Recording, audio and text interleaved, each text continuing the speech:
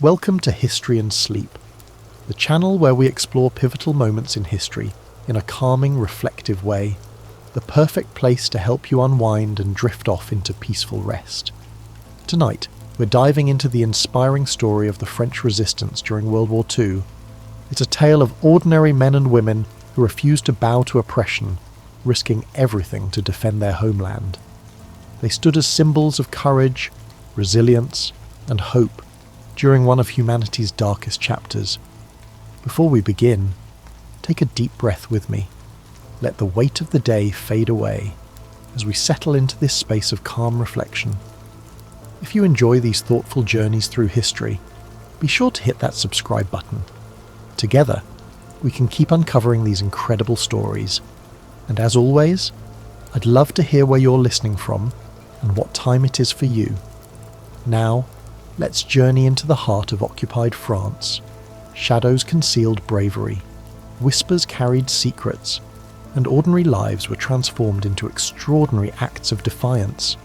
It's a powerful story, so get comfortable and let's dive in.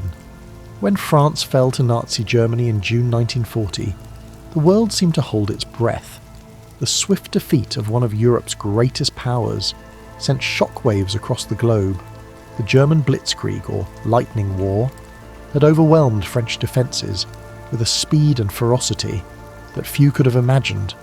By the time the armistice was signed, the country lay divided, its northern regions under direct German occupation, and its southern territories governed by the puppet Vichy regime.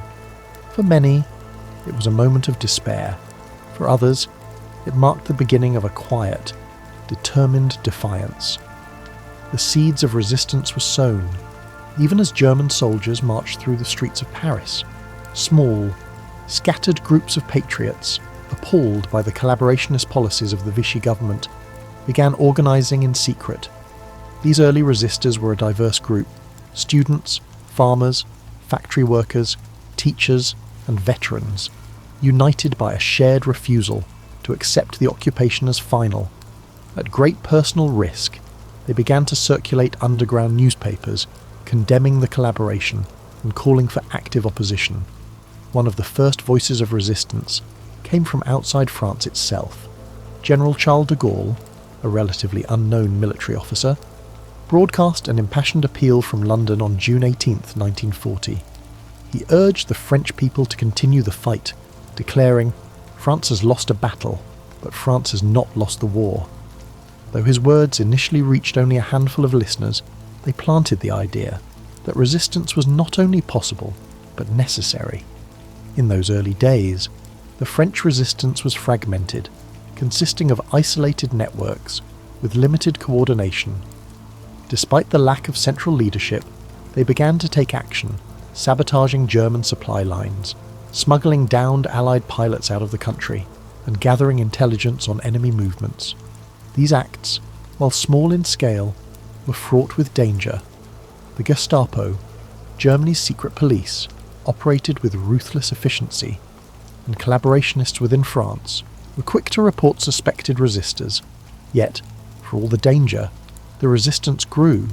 Every arrest and every act of betrayal seemed only to strengthen the resolve of those who remained. They adopted code names, learned to communicate through intricate systems of signals, and trusted few but their closest comrades. Resistance became a way of a life, a quiet, constant battle against an occupying force that sought to crush the spirit of a nation. As you consider the courage it must have taken for these individuals to resist, imagine their determination in the face of fear. Picture a moonlit countryside where shadows danced as couriers passed messages under the cover of night. Feel the resilience of a people who refuse to let oppression define them.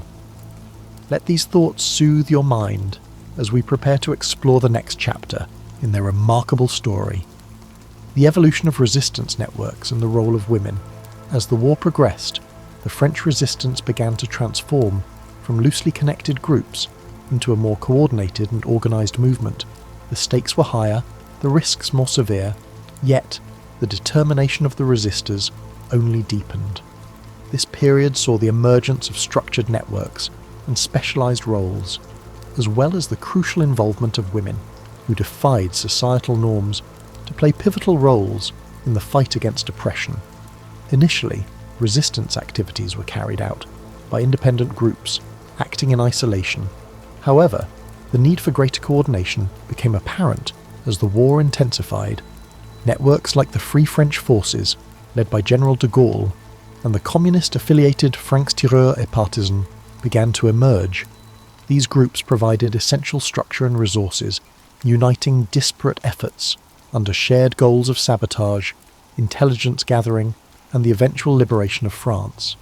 The British Special Operations Executive (SOE) also played a significant role, training and equipping French resistors for covert missions. Within these networks, women found opportunities to contribute in ways that defied traditional gender roles. Women like Lucy Aubrac, who coordinated daring rescue missions, and Nancy Wake, known as the White Mouse, for her ability to evade capture, became legendary figures in the resistance. Others served as couriers, intelligence operatives, and saboteurs, often using societal underestimation of women to their advantage. They smuggled weapons in shopping baskets, carried messages sewn into their clothing, and gathered critical information under the guise of domestic errands. Despite their invaluable contributions, women faced unique challenges. They were often overlooked or undervalued by male counterparts, and their roles were frequently downplayed in official records, yet their bravery and ingenuity were undeniable. Odette Sansom, one of the most famous female SOE agents, endured imprisonment and torture without betraying her comrades. Her story, like so many others, stands as a testament to the strength and resilience of the women who fought in the shadows. The evolution of the resistance networks brought about more sophisticated operations. Sabotage became a key strategy, with resistors targeting railways, bridges, and factories essential to the German war effort. In one notable operation, the resistance managed to derail a train, carrying German soldiers and supplies, delaying reinforcements, and boosting morale among the local population. These acts, while small in scale, compared to the massive battles being fought elsewhere, were critical to undermining the occupation and supporting the larger Allied war effort. As you imagine these acts of quiet defiance, think of the courage it took to carry out such missions under the constant threat of betrayal or discovery. Picture the secrecy of a hidden meeting place, the steady hands of a resistor assembling an explosive device, the determination etched on their faces as they carried out their tasks.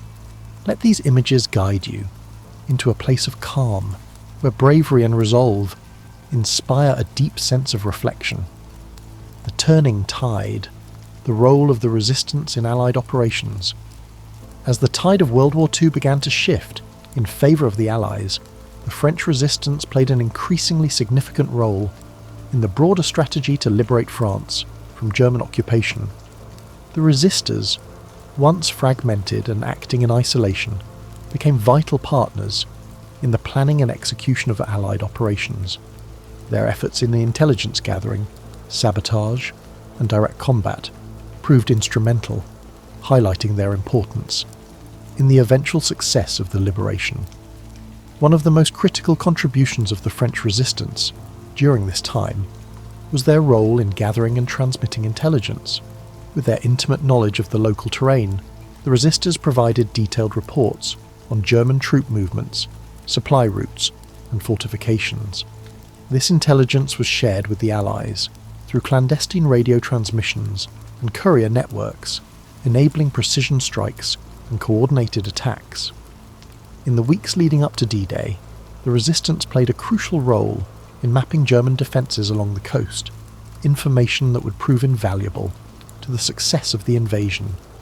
Sabotage became another key element of resistance activity during this period. On the eve of the D-Day invasion, resistors carried out coordinated attacks on railways, communication lines, and supply depots, disrupting German logistics and delaying their ability to respond effectively to the Allied landings. Known as the Plan Vert, these sabotage efforts targeted key railway lines, preventing the movement of reinforcements to the front. The resistors risked everything to execute these missions, knowing that failure could mean torture and execution at the hands of the Gestapo. Perhaps one of the most dramatic examples of resistance collaboration with the Allies occurred during Operation Jedburgh. Teams of Allied operatives, often parachuted into occupied France, worked directly with resistance groups to organise sabotage missions and train local fighters. These operations fostered a deeper sense of unity and trust between the resistance and the Allied forces. One such mission involved the destruction of a key bridge in the Loire Valley, delaying German reinforcements and contributing to the success of the Normandy campaign. As the Allied forces advanced following D-Day, the resistance stepped up its efforts, engaging in direct combat with retreating German forces. The liberation of Paris in August 1944 marked a climactic moment for the resistance. Members of the French Forces of the Interior, FFI, a unified organisation of resistance groups, launched an uprising in the city, engaging in street battles with German troops and paving the way for the arrival of Allied forces. Their actions not only hastened the liberation, but also underscored the critical role of the resistance in reclaiming their homeland. Through their bravery and sacrifice, the French resistance helped to turn the tide of the war, proving that even in the darkest of times, ordinary people could rise to extraordinary challenges. Imagine the unity and determination it took to carry out these acts of defiance, the quiet courage of individuals who worked tirelessly, often anonymously, for the greater good. Let these thoughts guide you into a state of calm reflection, where the resilience of the human spirit inspires peace and serenity. Betrayal, sacrifice, and the cost of resistance. The story of the French resistance is one of courage and triumph, but it is also marked by profound betrayal and sacrifice. For every act of defiance that succeeded, there were those that ended in tragedy. For every victory, there were heavy losses. The resistance was a dangerous endeavour, and the constant threat of discovery and betrayal loomed large over its members. The Gestapo, Nazi Germany's feared secret police, was relentless in its efforts to dismantle the resistance. They infiltrated networks, used informants, and employed brutal interrogation techniques to extract information. The occupation forces offered rewards for information about resistors, creating a climate of suspicion and fear. Families, neighbours, and even close friends were sometimes coerced or tempted into betraying those they knew were involved. One of the most heartbreaking aspects of the resistance was the sacrifice of those who were captured. Many resistors were arrested, tortured, and executed without trial. The story of Jean Moulin, a prominent resistance leader, exemplifies the high cost of defiance. Moulin was betrayed by an informant, captured by the Gestapo, and tortured to death, yet he refused to reveal the names of his comrades. His bravery inspired others, but his loss was deeply felt throughout the movement. Despite the ever-present danger, the resistance continued to grow. Acts of betrayal, while devastating, often strengthened the resolve of those who remained. Networks adapted by increasing their secrecy, limiting contact between members, and employing elaborate codes and disguises. Still, the human toll was immense. Entire families were torn apart, villages were razed in retaliation for resistance activities, and countless lives were lost in the struggle for freedom. The resistors' sacrifices were not limited to physical danger. Many endured profound emotional and psychological burdens, living double lives and bearing the constant weight of secrecy. They risked not only their own lives, but also those of their loved ones. Imagine the strain of maintaining a facade of normalcy while working tirelessly in the shadows, knowing that one misstep could mean disaster. Yet, through it all, the resistors found strength in their shared purpose. They formed deep bonds with their comrades, united by a common goal and a belief in a better future. They found ways to celebrate small victories, to find joy and hope amidst the hardship. The sacrifices they made were immense, but they were not in vain. Their courage and resilience laid the groundwork for liberation and inspired countless others to join the cause. As you reflect on the sacrifices of these brave individuals, let their strength and determination inspire a sense of peace and gratitude. Picture the quiet moments of triumph, the relief of a successful mission, and the hope that sustained them through the darkest times. Let these thoughts guide you into a deeper state of relaxation as we prepare to explore the next chapter of their incredible story. Liberation and the legacy of the resistance. As the Allied forces began to liberate France, the efforts of the French resistance reached their zenith. Their years of covert operations, sabotage, and intelligence gathering culminated in a direct contribution to the Allied advance, proving that their sacrifices were not in vain. The liberation of France was not just a military victory, it was a triumph of unity, courage, and the indomitable spirit of a people who refused to surrender. The role of the resistance in the liberation effort was both strategic and symbolic. As Allied troops pushed inland from the beaches of Normandy, resistance groups rose up across the country, launching coordinated attacks on German forces and infrastructure. They cut communication lines, destroyed railways, and engaged in guerrilla warfare, creating chaos behind enemy lines and forcing the Germans to divert resources away from the front. One of the most significant moments came during the liberation of Paris in August 1944.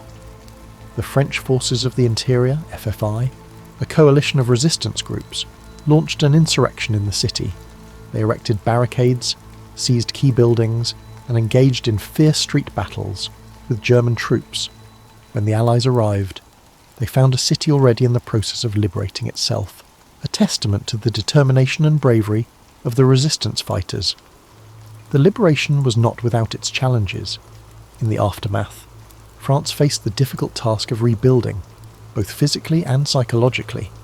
The resistance movement, once united by a common enemy, had to navigate the complexities of post-war politics and the reintegration of its members into society. Many resistors struggled to return to normal life, haunted by the trauma of their experiences and the losses they had endured. Despite these challenges, the legacy of the resistance endured.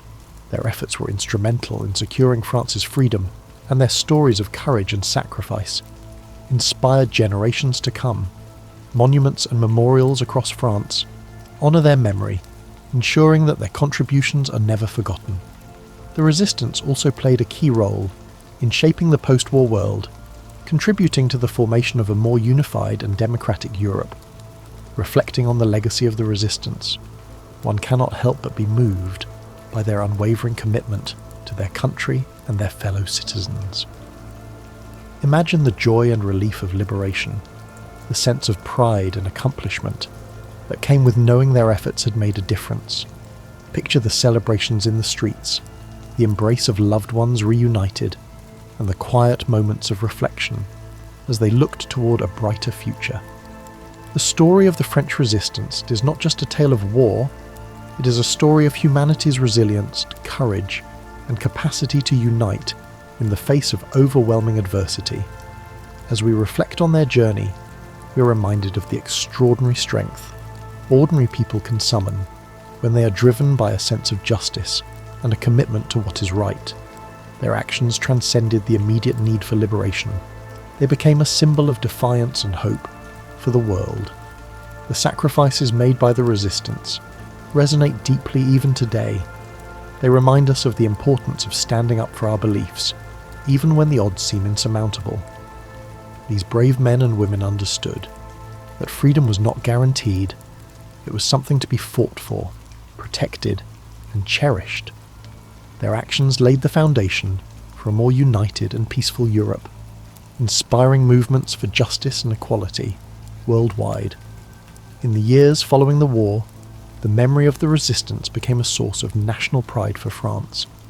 Memorials and museums across the country honour their legacy, ensuring future generations understand the profound impact of their actions. Their stories are taught in schools, passed down through families, and remembered in annual commemorations. These acts of remembrance serve not only to honour the resistors, but also to remind us of the values they fought to uphold, reflect on the courage it took to risk everything for the sake of freedom, the quiet strength of those who carried out missions in the dead of night, the unity of communities that came together in defiance of tyranny.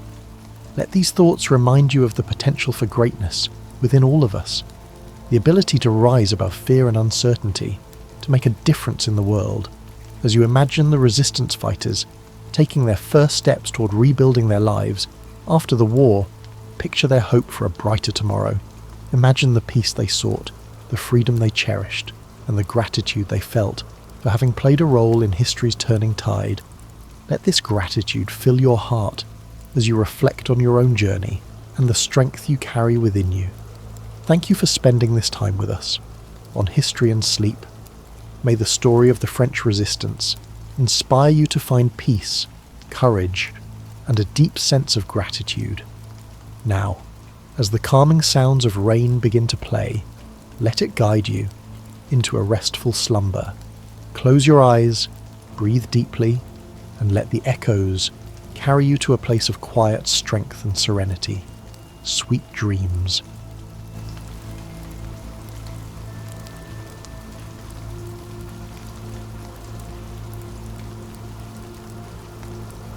Have you ever wondered what truly led to this conflict? What sparked such profound divisions? And how did the people who lived through it endure the hardship and uncertainty? If you're curious, or simply looking for a peaceful story to accompany your evening, stay with me. Together we'll gently unravel the roots of the Civil War, reflect on its major events, and explore the enduring lessons it offers us today. Now let's ease into the story, take a deep breath, get cozy, and let's begin the tale of the American Civil War, a story of division, courage, and the hope for a better tomorrow. The American Civil War didn't happen overnight. It was the result of tensions that had been building for decades, tensions rooted in profound differences between the North and South. At the heart of it all was the issue of slavery. In the South, slavery wasn't just an institution, it was their economy. Cotton fields stretched as far as the eye could see, and the labor of enslaved people made the South incredibly wealthy. But it came at an unbearable cost. The humanity of millions denied, their voices silenced. In the North, things were changing. The Industrial Revolution was taking hold, and with it came growing calls to abolish slavery.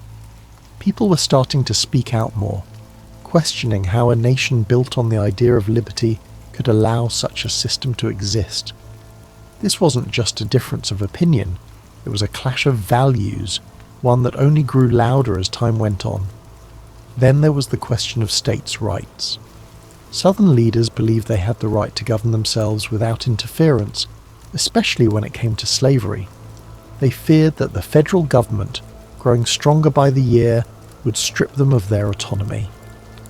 On the other side, many in the North believed that a united country required a strong central government, one that could uphold the principles of freedom and equality.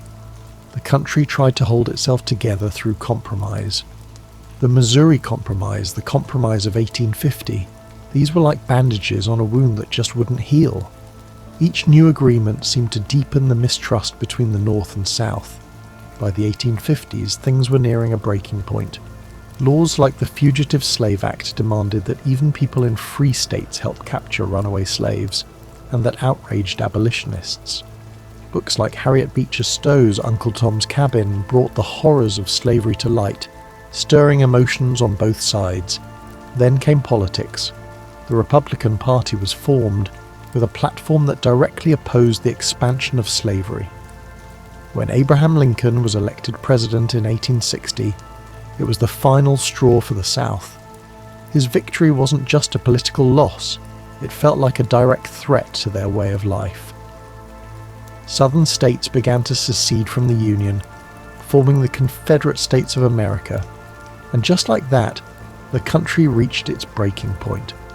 The differences that had been simmering for so long finally boiled over, leading to a conflict that would redefine what it meant to be an American. As you think about these divisions, take a deep breath. Picture the people living through this time, the fear, the hope, the uncertainty. Let the weight of their struggles soften as you relax. knowing that history is full of lessons about resilience, progress, and the power of moving forward. By the spring of 1861, the tensions that had been tearing the nation apart finally reached a boiling point. In Charleston, South Carolina, a small Union garrison stationed at Fort Sumter found itself surrounded by Confederate forces. The fort had become a symbol of defiance for the Union and a test of legitimacy for the Confederacy. Both sides knew that what happened there could set the tone for what was to come. After weeks of tense standoff, Confederate forces under the command of General P.G.T. Beauregard demanded that the Union troops surrender the fort. When Major Robert Anderson, the Union commander, refused, the Confederate forces opened fire on April 12, 1861. For 34 hours the cannons roared, lighting up the harbour with fiery streaks and deafening booms. The soldiers inside Fort Sumter endured the bombardment as best they could, but with no reinforcements and supplies dwindling, Major Anderson had no choice but to surrender. The fall of Fort Sumter was more than just the opening act of the Civil War. It was a spark that ignited the passions of both the North and South. News of the attack spread like wildfire, stirring anger and determination on both sides. In the North, President Abraham Lincoln issued a call for 75,000 volunteers to suppress the rebellion. The response was overwhelming, with men from towns and cities across the Union stepping forward, ready to fight for the preservation of the nation. In the South, the bombardment of Fort Sumter was seen as a declaration of independence. More states, including Virginia, North Carolina, Tennessee, and Arkansas, joined the Confederacy. The divide was now complete, the lines drawn between two very different visions of America. The early days of the war were marked by a sense of optimism on both sides. Many believed the conflict would be brief, with one decisive battle bringing it to an end. Young men marched off to war with confidence, their families cheering them on with flags and songs. But beneath the surface, the reality of what was to come was far graver than anyone could imagine. As you think about the beginnings of this war, allow your mind to soften its grip on the tension. Picture the soldiers standing on the shores of Charleston Harbour, their breaths visible in the cool dawn air, their thoughts uncertain but resolute. Imagine the cannon fire fading into silence, replaced by the gentle rhythm of waves lapping against the shore. Let this moment remind you that even in the face of division, hope and resolve can endure. As the war moved from the hopeful marches of its early days to the grim reality of prolonged conflict, the battles became larger, bloodier, and more devastating than anyone could have imagined. Names like Antietam, Gettysburg, and Vicksburg became etched into the collective memory of a nation forever changed by the horrors of war. In September 1862, the Battle of Antietam unfolded in Maryland. It was a single day of unimaginable carnage. Soldiers clashed in cornfields and along winding roads, with cannon fire and musket shots tearing through the air. By the end of the day, more than 22,000 men were dead, wounded, or missing. The ground was soaked with blood, and the scale of the losses left an indelible mark on those who survived. But out of this tragedy came a turning point. President Lincoln used the Union's strategic victory at Antietam to announce the Emancipation Proclamation, redefining the war as a fight not just to preserve the Union but to end slavery. Then came Gettysburg, the battle often seen as the turning point of the war. For 3 days in July 1863, Union and Confederate forces clashed in the rolling hills and fields of Pennsylvania. The stakes were enormous and the fighting relentless. On the third day, Confederate General Robert E. Lee ordered a bold assault known as Pickett's Charge. Thousands of Confederate soldiers marched across an open field under withering Union fire. The charge failed, leaving the Confederate army battered and retreating. Gettysburg marked the beginning of the end for the Confederacy, but the cost was staggering. More than 50,000 casualties in just 3 days. Further south, the Union Army achieved another critical victory at Vicksburg, Mississippi, securing control of the Mississippi River. The campaign was grueling, with soldiers enduring sweltering heat, constant skirmishes, and the hardships of siege warfare. When Vicksburg fell on July 4th, 1863, the Confederacy was effectively split in two, a devastating blow to their cause. These battles revealed the full weight of the Civil War, not just in numbers but in the profound human cost. Families mourned the loss of fathers, brothers and sons. Soldiers bore the scars of battle, both physical and emotional. The countryside was littered with the remnants of war, broken cannons, torn flags, and fields that once grew crops now filled with unmarked graves. As you reflect on these moments, let your thoughts rest lightly on the courage of those who lived through these battles. Picture the quiet after the storm, the fields growing still, the sun setting over the hills, and the long shadows stretching across the land. Let this image of stillness and resilience bring a sense of calm to your own thoughts, reminding you that even in the darkest times, there is always a path to healing. While the Civil War raged on the battlefields, the lives of those who remained at home were transformed in ways that were just as profound. Families were torn apart, communities reshaped, and everyday life became a constant balancing act between hope and hardship. In the North, industry boomed as factories shifted their focus to produce weapons, uniforms, and supplies for the Union Army. Women took on roles they had never imagined, working in factories, managing farms, and volunteering as nurses. Clara Barton, who would later found the American Red Cross, became a symbol of this era, tirelessly caring for wounded soldiers and earning the nickname the Angel of the Battlefield. But even as the war effort created new opportunities, it brought heartache, with families anxiously awaiting news from the front lines. In the South, the war brought devastation. Cities like Atlanta and Richmond were transformed into hubs of Confederate military activity, but as Union forces advanced, they left a trail of destruction in their wake. Fields that once grew cotton and tobacco now stood fallow or burned. With so many men away fighting, women and children were left to manage farms, often without the resources they needed. Food shortages became common, and Confederate currency quickly lost its value, plunging families into poverty. Both sides experienced the emotional toll of war. Letters became lifelines, offering glimpses of love, worry, and resilience. Soldiers wrote about the hardships they faced, while their families wrote back with words of encouragement and longing. These letters carried the weight of entire relationships, connecting lives separated by hundreds of miles. In addition to the physical and emotional struggles, the war also brought questions of identity and purpose.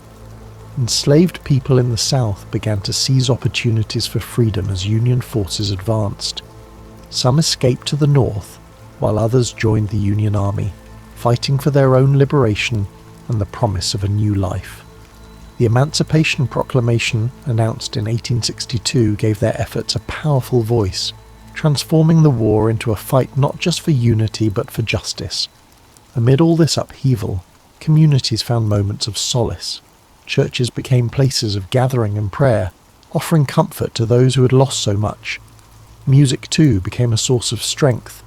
Patriotic anthems, sorrowful ballads, and spirituals filled the air, reflecting the hopes and fears of a nation at war. As you reflect on the home front, allow yourself to feel the weight of these quiet acts of resilience. Picture a mother sewing by candlelight, her stitches steady even as her heart aches with worry, or a soldier reading a letter from home, finding strength in the words of love and hope. Let these moments of humanity remind you of the enduring power of connection, even in the face of immense challenge. By 1864, the Civil War had entered its fourth year. The hope for a quick resolution had long faded, replaced by the grim reality of a war that seemed to have no end. But momentum was beginning to shift. The Union, under new and determined leadership, launched a series of campaigns that would bring the war to a close, though not without immense sacrifice. General Ulysses S. Grant had risen to command the Union forces, bringing with him a relentless strategy of total war. unlike his predecessors, Grant was willing to engage the Confederate armies directly, knowing that the Union's superior numbers and resources could eventually wear them down. His overland campaign in Virginia was brutal, with battles like the Wilderness and Cold Harbor leaving tens of thousands dead. Yet Grant pressed on, earning the nickname Unconditional Surrender for his unwavering resolve. In the Deep South, General William Tecumseh Sherman carried out his infamous March to the Sea, cutting a path of destruction from Atlanta to Savannah. Sherman's goal was to break the South's will to fight by targeting not just its armies, but its infrastructure and resources. Railroads were torn up, factories dismantled, and crops burned. The devastation was immense, but it succeeded in crippling the Confederacy's ability to sustain the war. As Union forces closed in, Confederate morale began to crumble.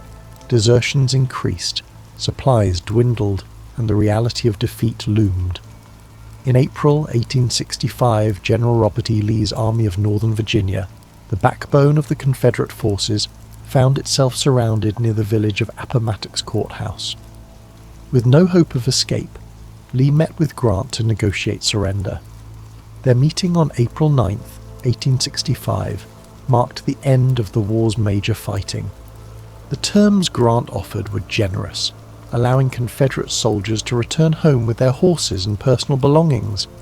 His intention was to heal the nation rather than humiliate its defeated half. It was a moment of quiet dignity, the beginning of a long and difficult process of reconciliation. Yet, even as the war ended, its cost was staggering. More than 600,000 lives had been lost, and much of the South lay in ruins. President Abraham Lincoln, who had guided the Union through its darkest hours, would not live to see the fruits of his efforts. Just days after Lee's surrender, Lincoln was assassinated by John Wilkes Booth, a Confederate sympathizer, plunging the nation into mourning. The war had answered two critical questions. The Union would endure and slavery would not, but it left behind deep scars, both physical and emotional, that would take generations to heal. The Reconstruction era that followed was fraught with challenges, as the nation struggled to rebuild and redefine itself. As you reflect on the end of this monumental conflict, let the weight of its lessons rest gently in your thoughts. Imagine the quiet after the surrender, the weary soldiers returning home, the fields gradually returning to life, and the first rays of hope shining through the darkness. Let these images remind you of the strength it takes to rebuild and the enduring resilience of the human spirit. When the guns fell silent and the soldiers returned home, the United States was a changed nation. The Civil War had been a crucible, testing the very foundation of the country and reshaping its identity forever. Though the fighting was over, the legacy of this monumental conflict continued to echo through the generations, shaping the path forward for a fractured but hopeful nation. One of the most profound outcomes of the war was the abolition of slavery. The Emancipation Proclamation had begun this process, but it was the 13th Amendment, ratified in December 1865, that formally ended the institution that had defined so much of the nation's conflict. Millions of formerly enslaved people began new lives, but the road ahead was steep. The promises of freedom were met with resistance, and the Reconstruction era revealed just how deep the division still ran. The war also redefined the relationship between the states and the federal government. No longer would the question of secession hang over the Union. The victory of the North solidified the idea that the United States was not just a collection of states, but a single, indivisible nation. It was a hard-fought truth, one that cost countless lives but ultimately preserved the Union. Yet the scars of war were everywhere. The South faced immense physical and economic devastation. Cities had been reduced to rubble, and entire communities were struggling to rebuild. The loss of so many men left families broken and towns forever changed. Even in the North, where victory was celebrated, the weight of the sacrifices made was impossible to ignore. For the soldiers who fought, the war left an indelible mark. Some returned home to rebuild their lives, carrying memories of camaraderie and courage. Others bore wounds, both seen and unseen, that would shape the rest of their days. Memorials began to rise in towns across the country, honouring the fallen and reminding future generations of the cost of conflict. The Civil War also left a legacy of storytelling.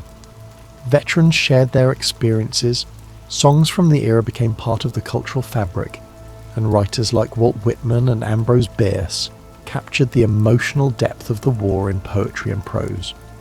These stories serve not only to remember, but to help a nation heal, to bridge the gaps between North and South, and to offer lessons for the future. As you reflect on the legacy of the Civil War, let the enormity of its lessons settle softly in your thoughts. Imagine the strength of a people rebuilding from such a devastating chapter, the resilience to start anew, the courage to face an uncertain future, and the hope that guided them toward a brighter horizon. Let these reflections fill you with a quiet sense of gratitude and peace.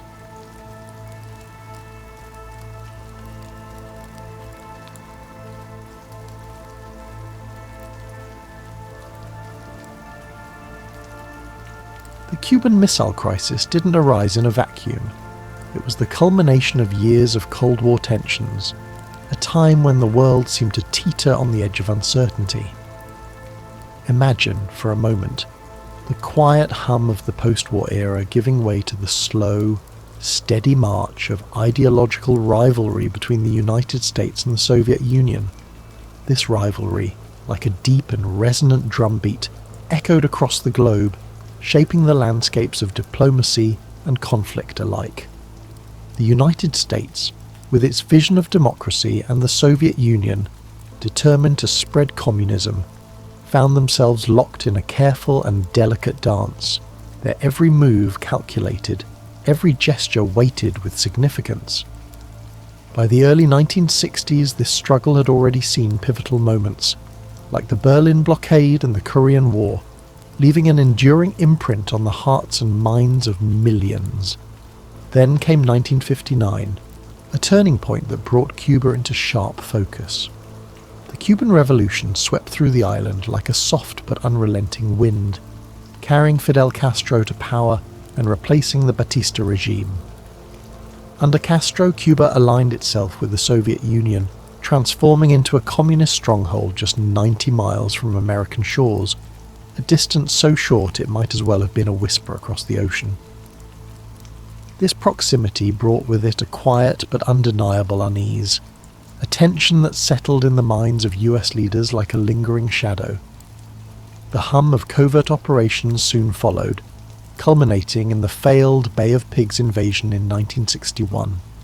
This misstep, like a ripple in still water, spread embarrassment for the Kennedy administration and deepened the chasm of mistrust between the US and Cuba.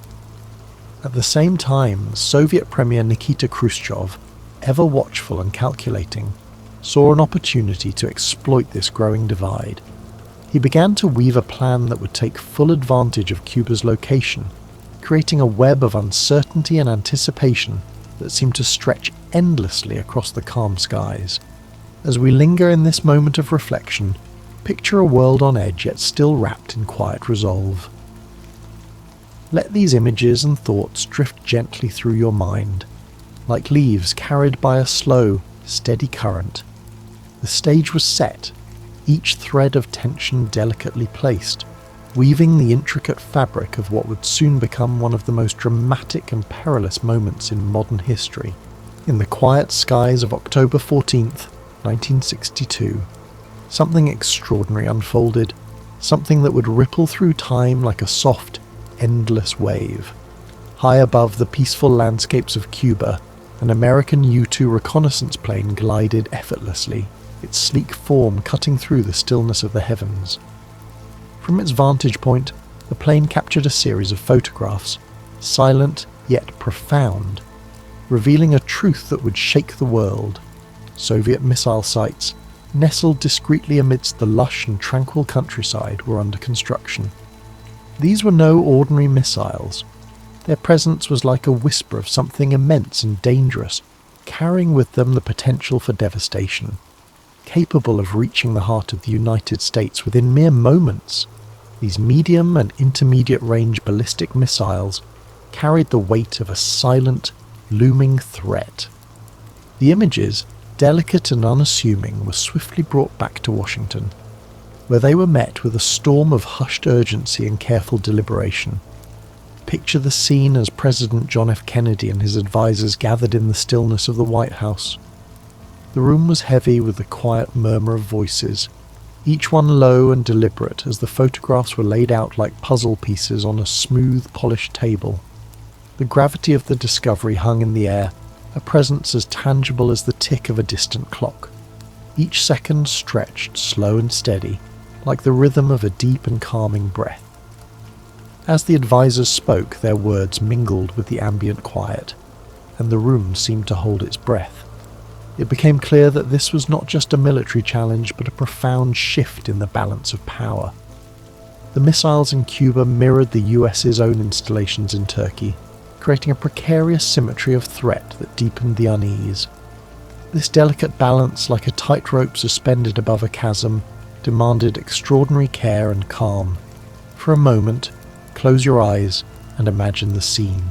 The soft rustle of papers, the distant hum of voices, and the unspoken tension that lingers in the air like a gentle mist. This was a time of reflection, a time when the world seemed poised on the edge of a decision that could change everything. Yet, amidst the tension, there was also a stillness, a fragile sense of order holding back the chaos beyond. As the president and his team weighed their options, the choices before them seemed infinite, like waves rolling gently onto a shore.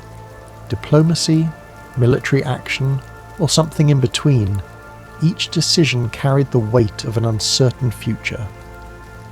But for now, in this moment, let these thoughts settle, like leaves falling softly to the ground, as the story gently unfolds further into the night. In the days that followed the discover, the world seemed to move in slow motion, each moment drawn out as though the air itself had grown thicker, heavier.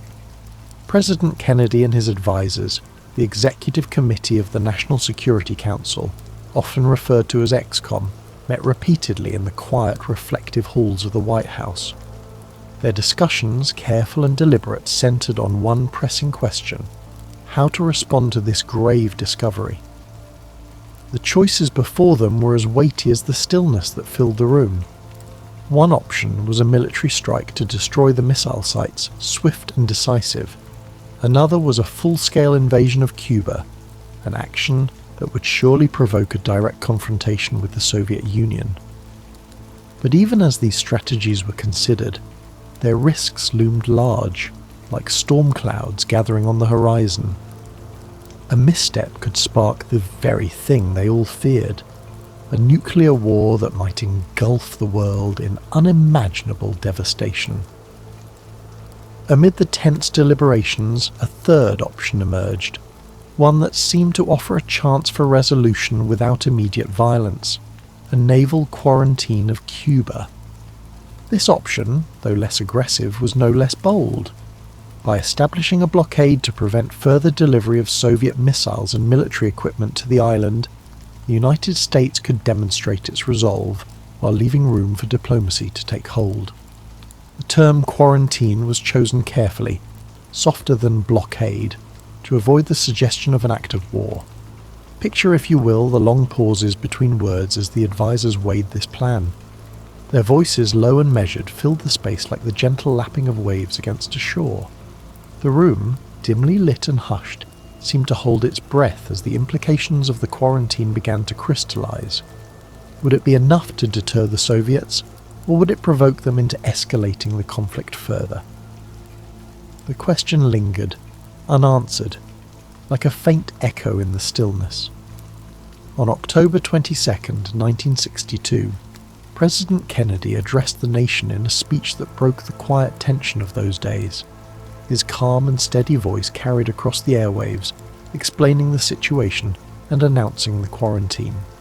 He described the missiles in Cuba as a secret, swift and extraordinary build-up, and made it clear that the United States would not tolerate this threat so close to its shores. Yet, even in this moment of firm resolve, there was an undercurrent of hope, a hope that reason might prevail, that diplomacy might yet find a path through the shadows of uncertainty.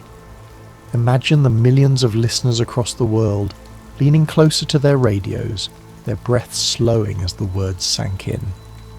The quarantine was now in place, a quiet but firm line drawn in the waters around Cuba.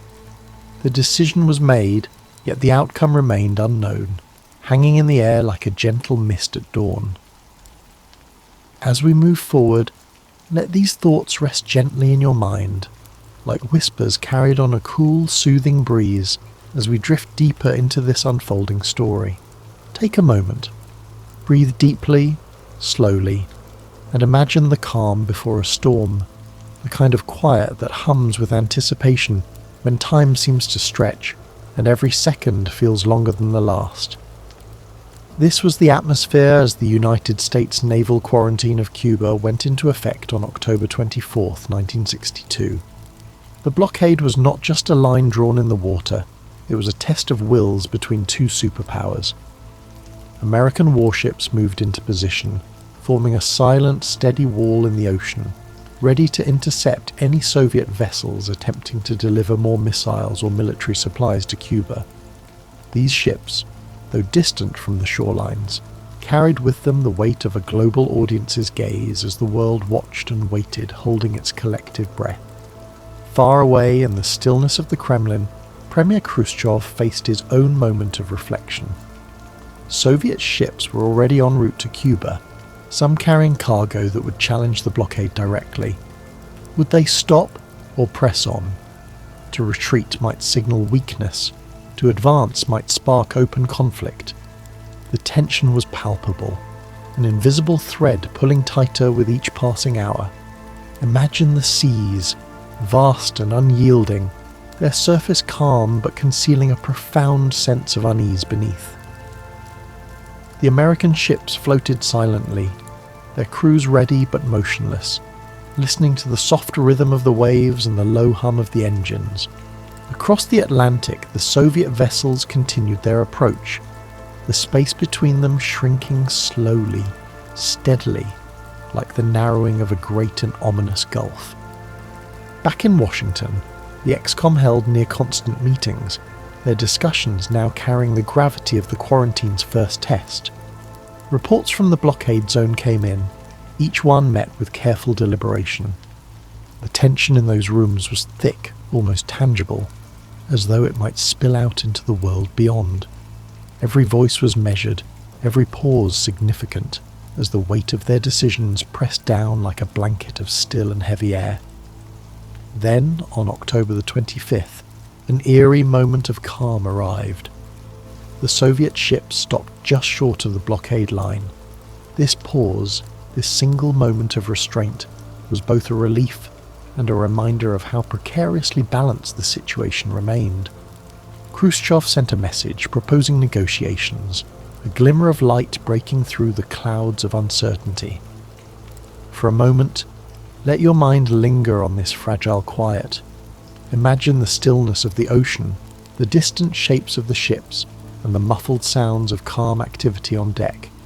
It was a pause, but not yet a resolution, like the faintest hint of dawn before the sun begins to rise. As the world held its breath, the next moves remained uncertain, waiting to unfold with the slow and deliberate pace of history itself. Pause for a moment. Let the tension of the previous days fade, and allow yourself to sink into this pivotal chapter, a time when words, not weapons, became the instruments of a potential resolution. As the blockade held firm and Soviet ships paused in their advance, the crisis shifted from the oceans to the realm of communication. It was now a battle of letters and messages, where every word carried the weight of the world. On October 26th, Premier Khrushchev sent the first of 2 letters to President Kennedy.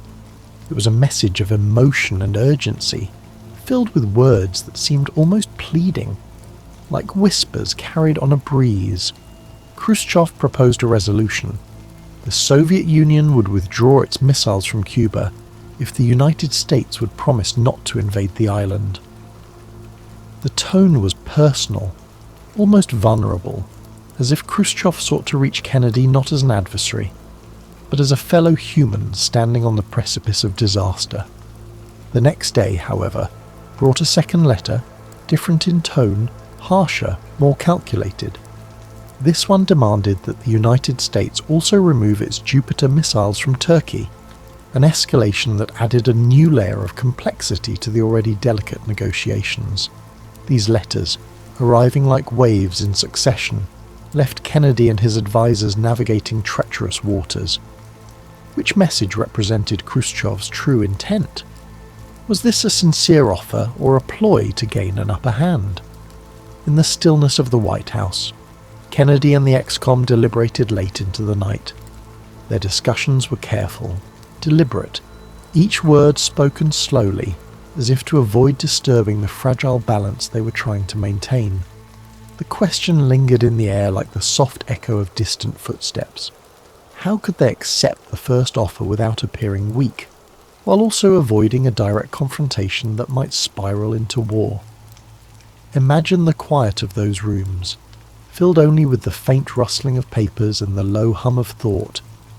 It was a moment of immense pressure, but also one of profound restraint, as though the weight of their decisions was held aloft by a delicate and invisible thread. Finally, Kennedy made his choice. He responded to Khrushchev's first letter, agreeing to the proposal of a non-invasion pledge in exchange for the removal of the missiles from Cuba. The Jupiter missiles in Turkey were not mentioned in this reply, a deliberate omission meant to simplify the path to resolution.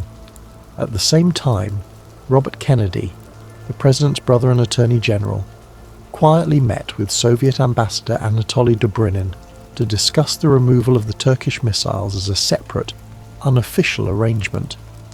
As the letters were exchanged, the world waited in silence. Imagine millions of hearts beating slowly, steadily, as the fate of humanity seemed to hang in the balance.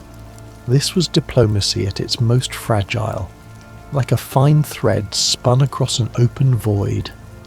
And yet, in that fragility, there was also hope, a faint but growing light at the end of a long and shadowed tunnel.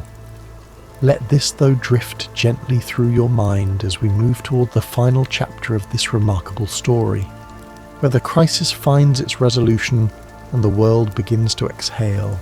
As the sun rose on October 28, 1962, the world awoke to a glimmer of relief.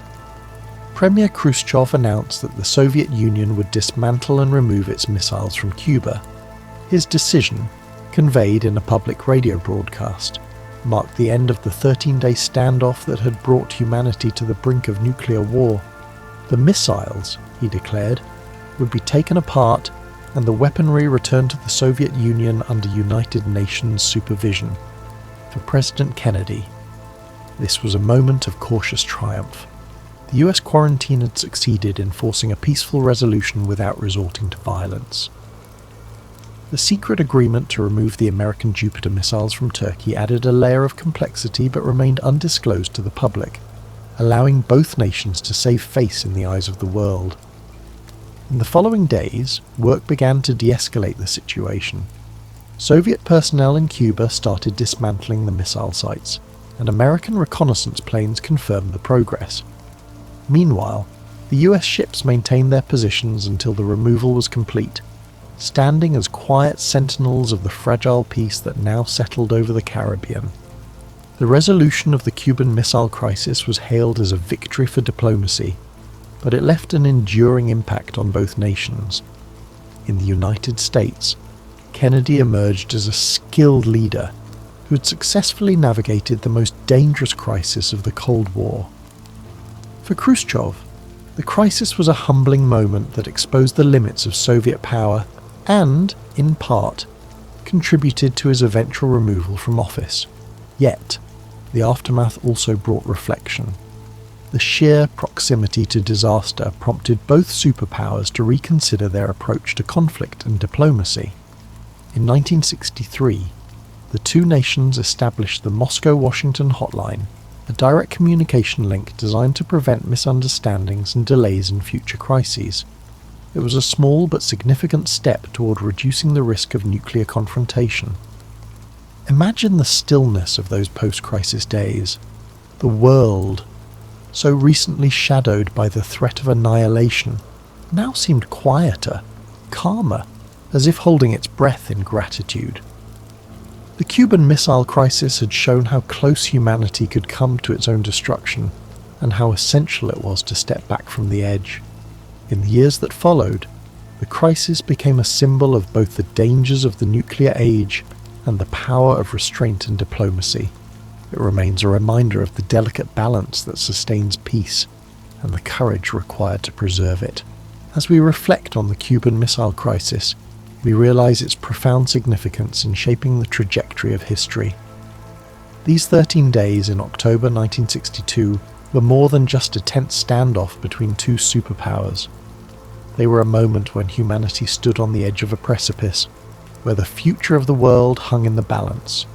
The resolution of the crisis, through diplomacy, restraint, and the courage to seek peace, reminds us of the fragile nature of our existence and the deep responsibility we all share to preserve it.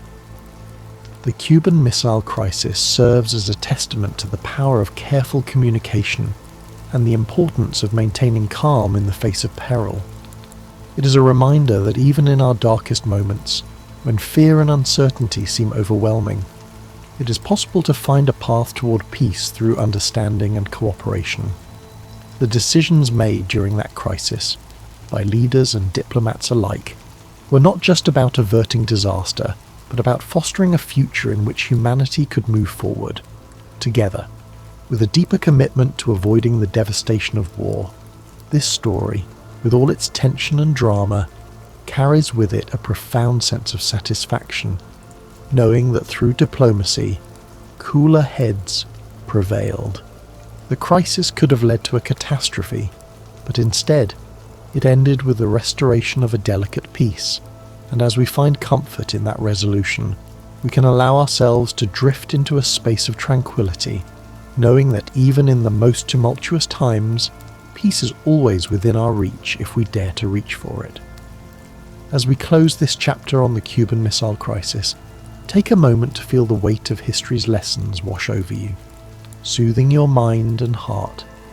The story, though intense, carries with it a sense of relief and calm, a reminder that peace, like the most gentle rain, can cleanse even the deepest tensions. Now, as we begin to let go of these thoughts, allow the soft sound of rain in the background to fill your senses. Let the music gently carry you, like a breeze through the trees, into a state of deep relaxation.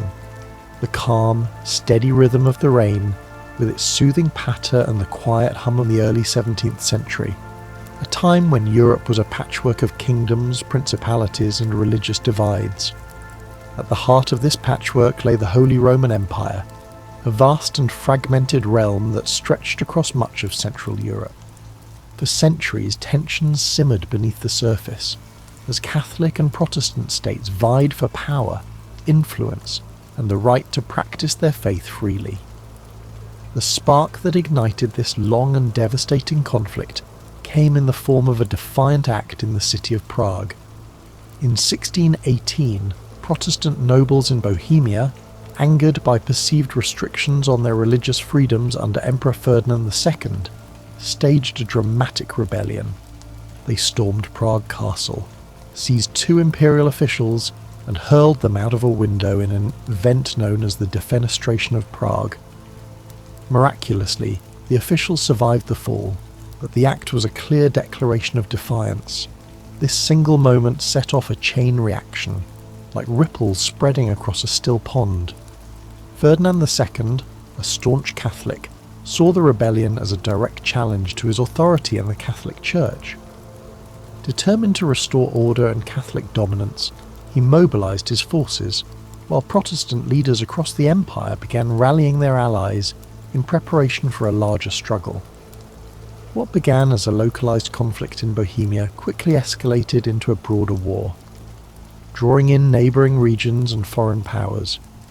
Protestant princes sought support from allies in Denmark, Sweden and beyond, while Catholic states turned to Spain and the powerful Habsburg dynasty for aid. The war was no longer just about Bohemia. It had become a contest of religion, politics and territorial ambition. As the conflict unfolded, it became clear that this was not a war of quick resolutions. The early battles were fierce yet inconclusive, leaving both sides entrenched in their positions and more determined than ever to secure victory. The countryside began to bear the scars of the war. Villages burned, crops were destroyed, and innocent lives were caught in the crossfire. The 30 Years' War was born out of these divisions, and its origins reveal much about the fragile balance of power and belief in Europe at the time. It was a conflict rooted in faith, but also fueled by ambition and fear, a perfect storm that would rage for decades. Take a moment to absorb this beginning, the first ripples of what would become a vast and relentless storm. As we move forward, the intricate web of alliances, battles and betrayals will unfold. But for now, let the gravity of this moment settle, a reminder of how one act of defiance can echo across history. As the conflict in Bohemia ignited, the deeper fault lines of Europe's religious divide began to widen, casting a shadow over the entire continent. At its core, the 30 Years' War was fueled by the tensions between Catholics and Protestants, a struggle that had simmered since the Reformation in the 16th century. The Peace of Augsburg in 1555 had attempted to create harmony by allowing rulers within the Holy Roman Empire to determine their state's religion, whether Catholic or Lutheran. Yet this fragile peace left many unresolved issues, particularly with the rise of Calvinism, a branch of Protestantism that had not been recognised in the agreement. As Calvinist states gained influence, the Catholic Habsburg rulers viewed them as a threat. Their growing presence felt like a challenge to the established order. When Ferdinand II ascended to the throne of the Holy Roman Empire, he was determined to restore Catholic dominance. His unwavering faith and aggressive policies further inflamed tensions, especially among Protestant states that viewed him as a tyrant bent on crushing their freedoms. Ferdinand's allies in Spain and the papacy provided him with support, reinforcing the Catholic position with resources and manpower. On the other side, the Protestant Union, a coalition of Protestant princes, mobilised to resist Ferdinand's ambitions.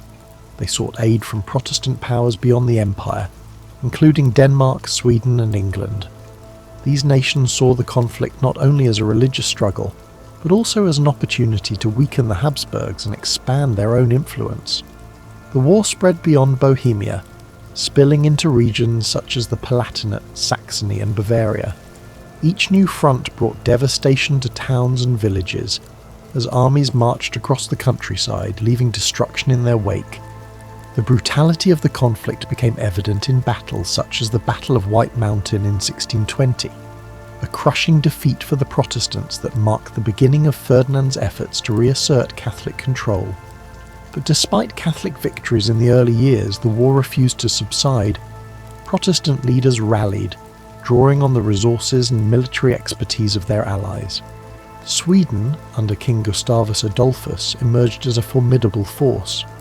His disciplined armies breathed new life into the Protestant cause. The balance of power began to shift and the war escalated further. This was no longer a simple struggle between Catholics and Protestants. It became a war of ambition and survival. Smaller states and mercenary armies joined the fray, drawn by promises of plunder and pay. The war became a theatre of chaos, where alliances shifted and even traditional enemies found themselves fighting side by side in pursuit of their goals. As the conflict deepened, it transformed the very nature of warfare. The 30 Years' War was one of the first conflicts where civilian populations suffered as much as, if not more than, the soldiers. Famine, disease, and displacement became common, as entire communities were uprooted or destroyed. The war's religious roots became intertwined with the politics of power, and its escalation revealed the fragility of peace in a divided world.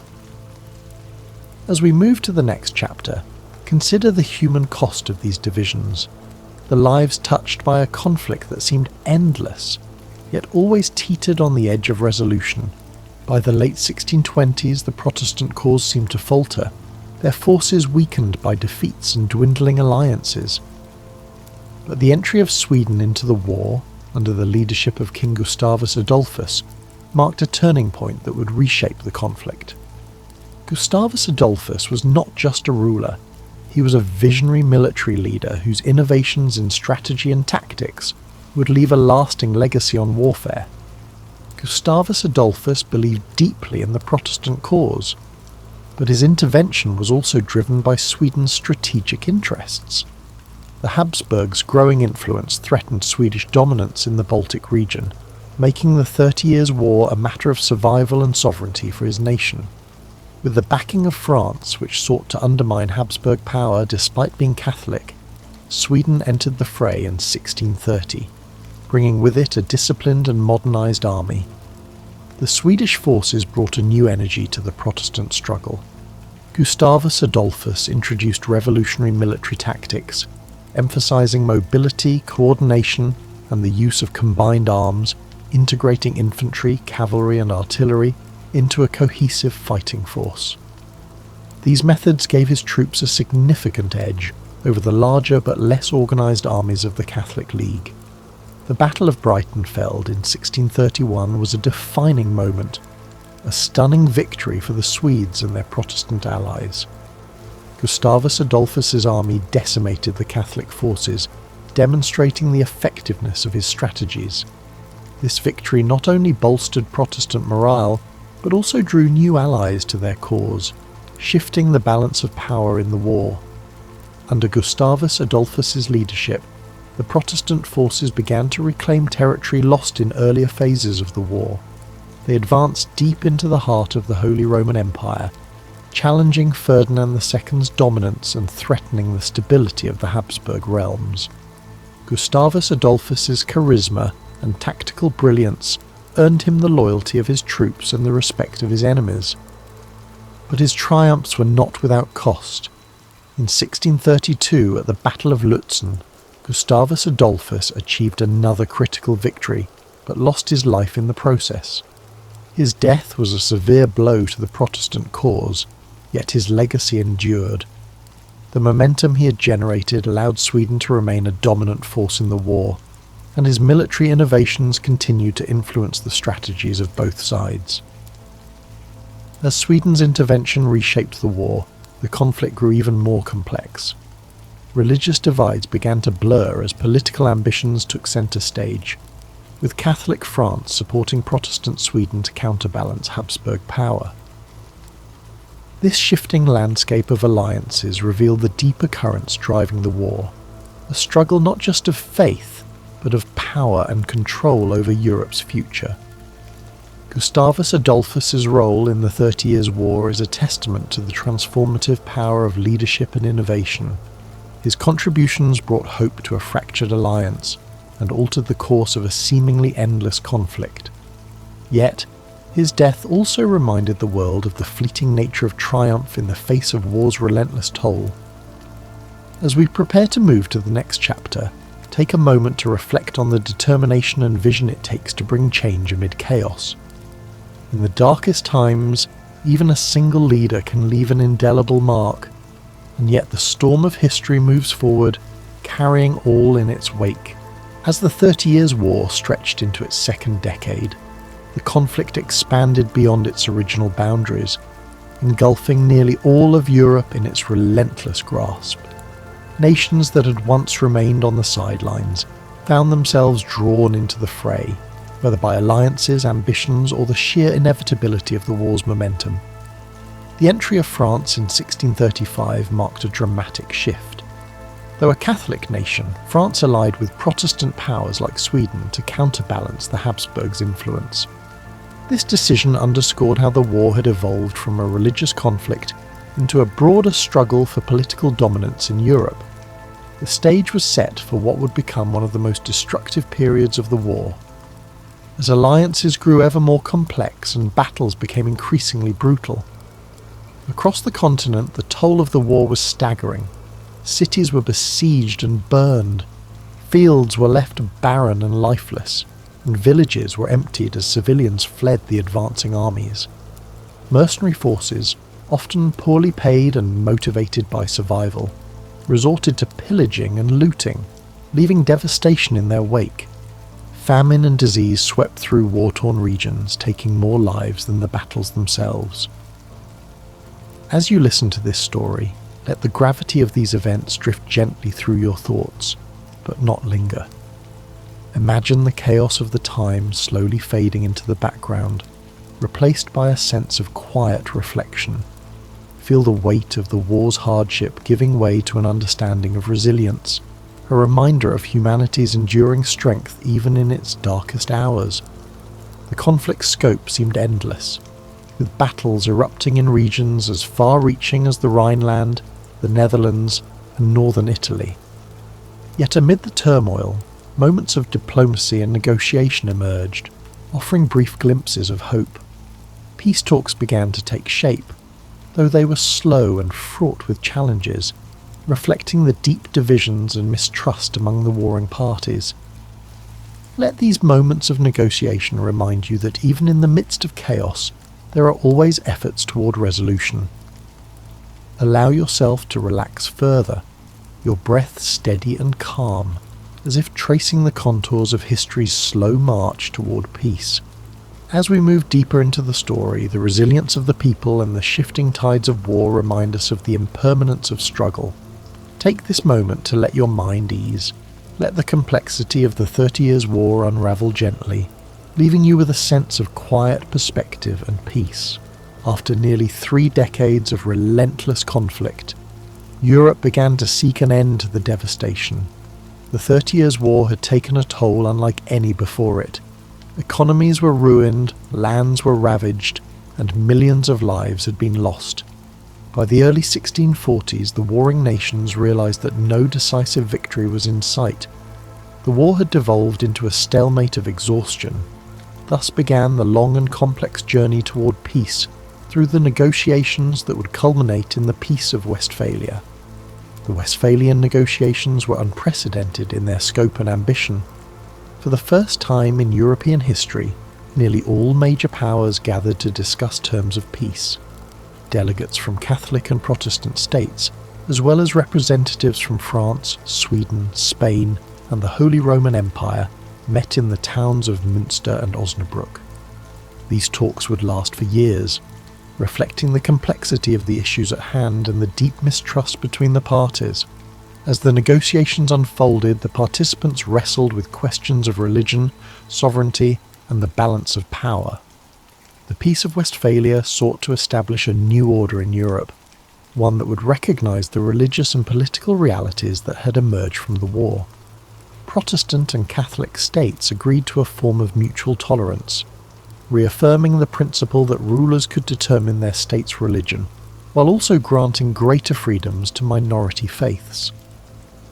The treaty also redefined the concept of sovereignty. It marked the beginning of the modern state system, where nations recognized each other's territorial boundaries and agreed not to interfere in one another's internal affairs. This idea of state sovereignty would become a cornerstone of international relations for centuries to come. While the Peace of Westphalia brought an end to the 30 Years' War, its provisions were not without compromise. No side emerged as a clear victor, and many of the underlying tensions remained unresolved.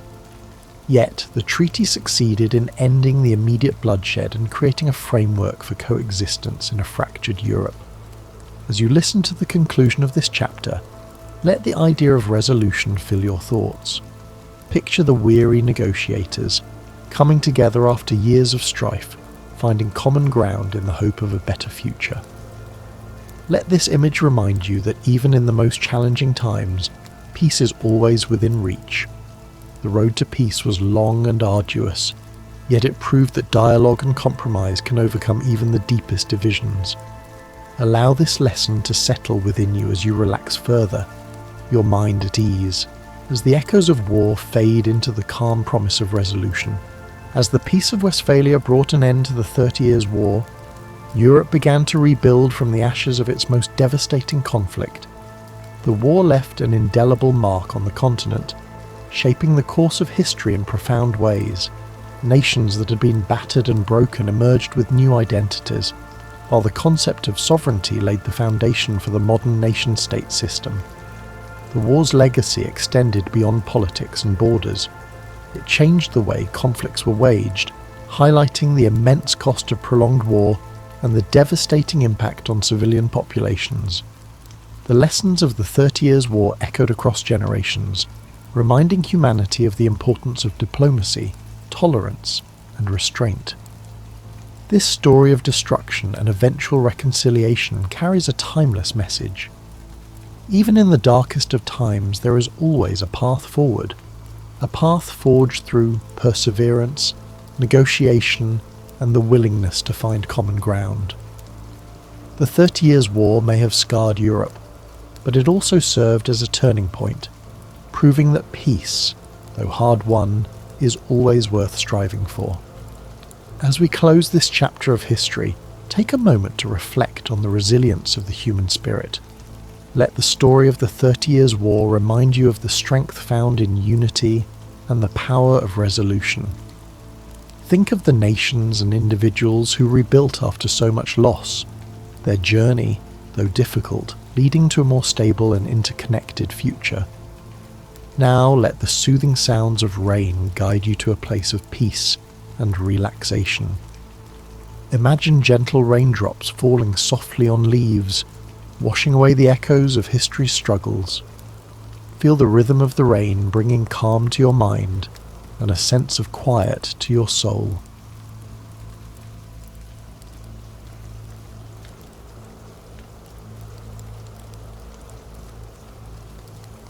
The story of Omaha Beach begins with the broader context of World War II, a conflict that had engulfed the globe by the early 1940s.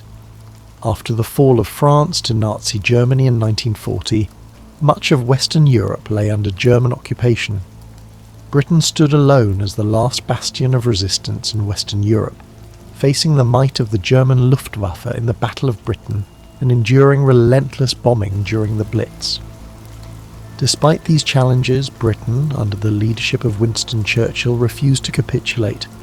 Across the Atlantic, the United States had initially maintained a policy of neutrality, focusing on domestic recovery from the Great Depression. However, the attack on Pearl Harbor in December 1941 brought the United States into the war, joining the Allies in their struggle against the Axis powers.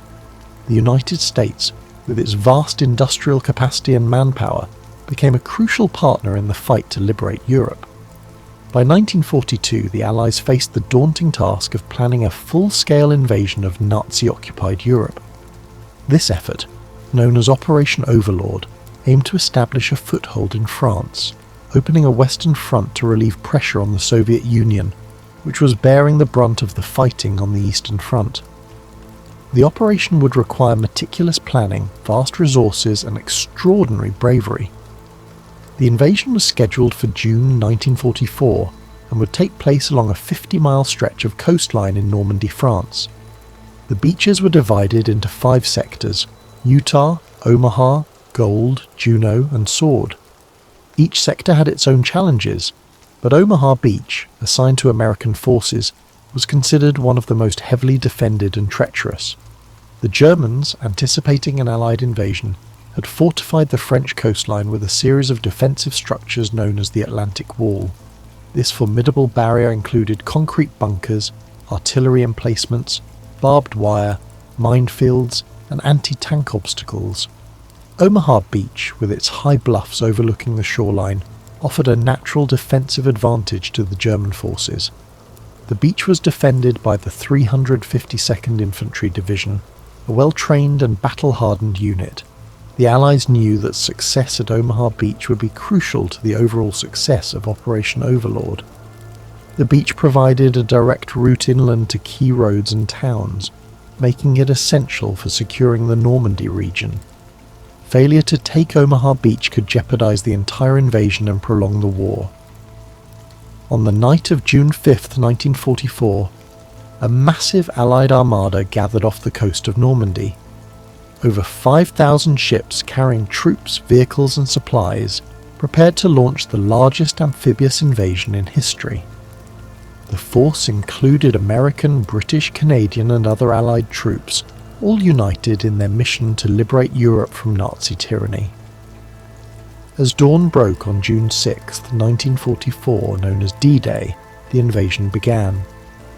The assault on Omaha Beach involved two American divisions, the 1st Infantry Division, known as the Big Red One, and the 29th Infantry Division. These soldiers, many of them young and inexperienced, faced a harrowing task. The first waves of troops landed at Omaha Beach under intense enemy fire. The Germans, positioned in fortified bunkers and machine gun nests, rained bullets and artillery shells on the landing craft and soldiers. Many of the landing craft were destroyed before they reached the shore, and those who made it to the beach faced a deadly gauntlet of obstacles and firepower. The terrain at Omaha Beach added to the challenges. The wide, open beach provided little cover, and the high bluffs allowed German forces to fire down on the exposed American troops. The rising tide threatened to engulf the soldiers and their equipment, adding another layer of urgency to the battle. Despite these overwhelming odds, the American soldiers displayed extraordinary bravery and determination. Small groups of men began to push forward, finding gaps in the German defences and scaling the bluffs. Engineers worked tirelessly to clear obstacles and minefields, enabling reinforcements to reach the beach. By mid-morning, the tide of the battle began to turn. Reinforcements from subsequent waves brought additional manpower and firepower to the fight. Naval bombardments and airstrikes targeted German positions, weakening their defences. Slowly but steadily, the Americans gained ground, overcoming the formidable obstacles and breaking through the Atlantic Wall. By the end of the day, the American forces had secured a foothold at Omaha Beach, but the cost was staggering. Over 2,000 American soldiers were killed, wounded, or missing, making Omaha Beach the bloodiest of the 5 D-Day beaches. The sacrifices of these men were not in vain, as their efforts paved the way for the liberation of Normandy and, ultimately, the defeat of Nazi Germany. The success at Omaha Beach and the broader D-Day invasion marked a turning point in World War II. The Allies established a strong presence in Normandy, which allowed them to launch further offensives into France and beyond. Within weeks, Paris was liberated, and the momentum of the war shifted decisively in favour of the Allies. The Battle of Omaha Beach is remembered as a testament to the courage and resilience of those who fought and sacrificed for freedom. The stories of individual heroism and collective determination continue to inspire generations, reminding us of the cost of war and the enduring value of liberty. Today, the beaches of Normandy are peaceful, their sands washed clean by the tides of time. Memorials and cemeteries stand as solemn reminders of the events of June 6, 1944, honouring the men who gave their lives in the name of freedom. The legacy of Omaha Beach lives on, a symbol of unity, sacrifice, and the indomitable human spirit. As you reflect on this story, imagine the quiet shores of Normandy under a starlit sky, the waves gently lapping at the sands that once bore witness to such bravery. Let the memory of those who fought and fell remind you of the strength and resilience within us all. As the day of June 6, 1944, unfolded at Omaha Beach, the battle continued with relentless intensity. The early waves of American troops had endured devastating losses. Many soldiers never even made it off their landing craft, while others were cut down as they stepped onto the beach. The chaos and carnage of those first hours were overwhelming, with confusion reigning among the survivors as they sought to find cover and organize. The German defenders, positioned in fortified bunkers and pillboxes, maintained a near-constant stream of fire. Machine guns swept the open sands, mortars exploded among the soldiers, and artillery from the high bluffs pounded the beachhead. These fortifications had been meticulously planned, with interlocking fields of fire and overlapping lines of defence, making it nearly impossible for large groups of soldiers to advance without suffering heavy casualties. The Americans faced logistical challenges as well. Many of the tanks and heavy equipment intended to support the landing were lost at sea due to rough waters and enemy fire. The soldiers were left with little more than their rifles, grenades, and sheer determination to overcome the formidable obstacles ahead. The landing beach itself was littered with debris, destroyed landing craft, abandoned equipment, and the bodies of fallen comrades, creating a scene of utter devastation. Yet, amidst this chaos, small pockets of resistance began to form. Groups of soldiers, often led by junior officers or non-commissioned officers, rallied together and started pushing forward.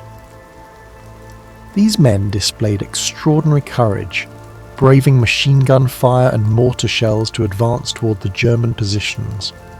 Engineers worked tirelessly to clear paths through the beach obstacles, blowing gaps in the barbed wire and clearing mines under heavy fire. One of the pivotal moments of the battle came when soldiers began scaling the bluffs that loomed over the beach. Using ropes, ladders, and sheer grit, they climbed the steep slopes to reach the German positions at the top. The fighting here was brutal and close quarters, with soldiers engaging the enemy in hand-to-hand combat. Slowly but surely, the Americans began to neutralize the German bunkers and gun emplacements, thus weakening the enemy's defensive hold on the beach. The turning point at Omaha Beach was also aided by naval support. Realizing the dire situation on the beach, American naval commanders ordered their ships to move closer to shore, despite the risk of running aground. From these positions, the ships unleashed a barrage of firepower, targeting the German fortifications with their heavy guns. These naval bombardments played a crucial role in suppressing the enemy defences, allowing the soldiers on the ground to advance. By the afternoon, the tide of the battle had shifted. Reinforcements from later waves brought fresh troops and supplies to the beach, bolstering the American effort. The German defenders, though still fighting fiercely, began to falter under the relentless pressure. The combination of infantry assaults, naval bombardments, and air support gradually broke the German lines. By nightfall, the Americans had established a tenuous foothold at Omaha Beach. The high bluffs, once a symbol of the German dominance, were now under American control. From this vantage point, the troops could push inland, linking up with forces from the other landing beaches and beginning the liberation of Normandy. The cost of victory at Omaha Beach was staggering.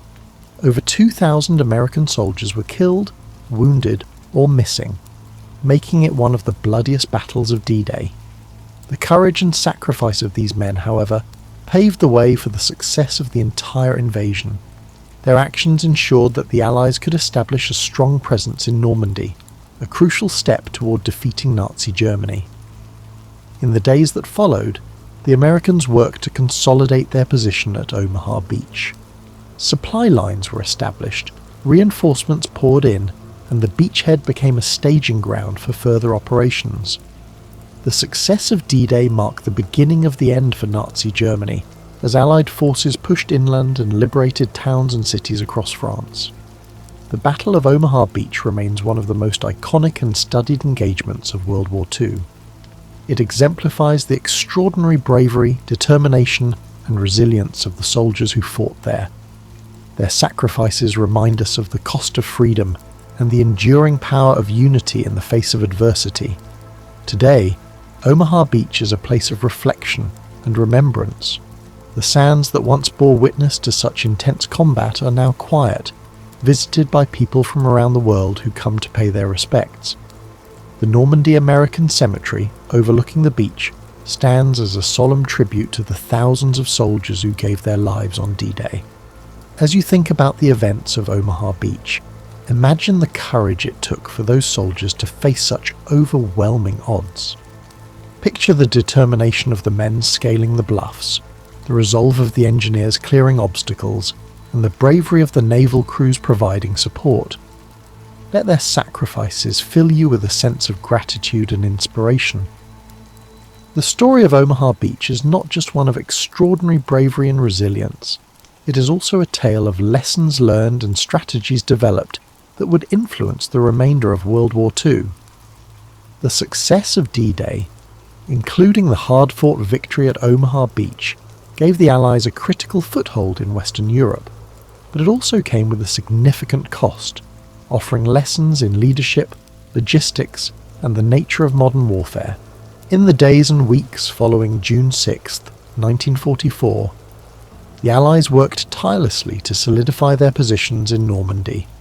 Omaha Beach, alongside the other 4 landing beaches, became a vital supply hub for the Allied forces. Engineers constructed artificial harbours, known as mulberry harbours, to facilitate the unloading of troops, vehicles and supplies. These floating piers were a marvel of engineering and a testament to the ingenuity and determination of the Allied effort. With the beachhead secured, the Allies pushed inland, encountering fierce resistance from German forces. The bocage, the dense hedgerows that characterised the Normandy countryside, proved to be a significant obstacle, offering German defenders natural cover and making it difficult for Allied tanks and infantry to advance. Despite these challenges, the Allies pressed forward, liberating towns and villages one by one. Omaha Beach's role in the larger Normandy campaign cannot be overstated. It served as a crucial link between the various sectors of the invasion, allowing the Allies to coordinate their movements and reinforce their lines. The capture of Omaha Beach also enabled the Allies to connect with the airborne divisions that had landed further inland, creating a unified front that could push the Germans back. The success of the Normandy campaign eventually led to the liberation of Paris in August 1944.